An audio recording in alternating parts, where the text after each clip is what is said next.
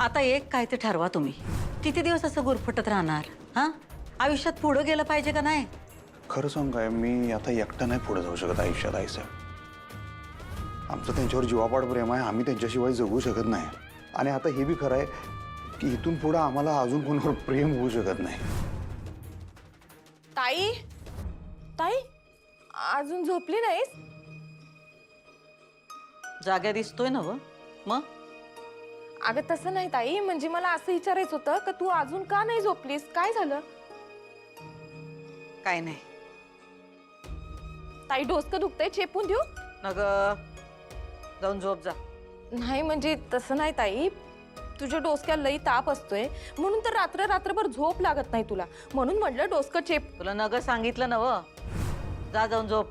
अगं ताई, तेच तर, मला बी झोप येईना झाल्या म्हणून तर इकडे आले. का तुला झोप नाही याला काय झालं? हा, रात्रीची अशी भूतावनी कशा पायी फिरायलीस? मला लई काळजी वाटायली बघ ताई, कोणाची? तुझी आणि अधिपतींची. का आमची काळजी वाटण्यासारखं काय झालंय? बघ ताई, ती मास्तरीन घर सोडून गेल्यापासून का नाही, अधिपती लई टेन्शन मध्ये असतात. अधिपती टेन्शन मध्ये आहेत म्हणून तू बी टेन्शन मध्ये असतीस, म्हणून तर तू रात्रभर झोपत नाहीस. मला तुझी लई काळजी वाटते ग. पण आम्हाला आता वेगळीच काळजी वाटायली. कसली ताई?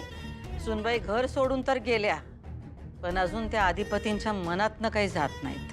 बाई की ती घर सोडून गेली खरी, पण अधिपती बघ की तिच्या आठवणीत केवढी झुरायल्यात. म्या म्हणते कशासाठी तिच्यावर एवढं प्रेम करायचं? तिची लायकी तर आहे का? तिला तर काय किंमतच नाही ग नवऱ्याची.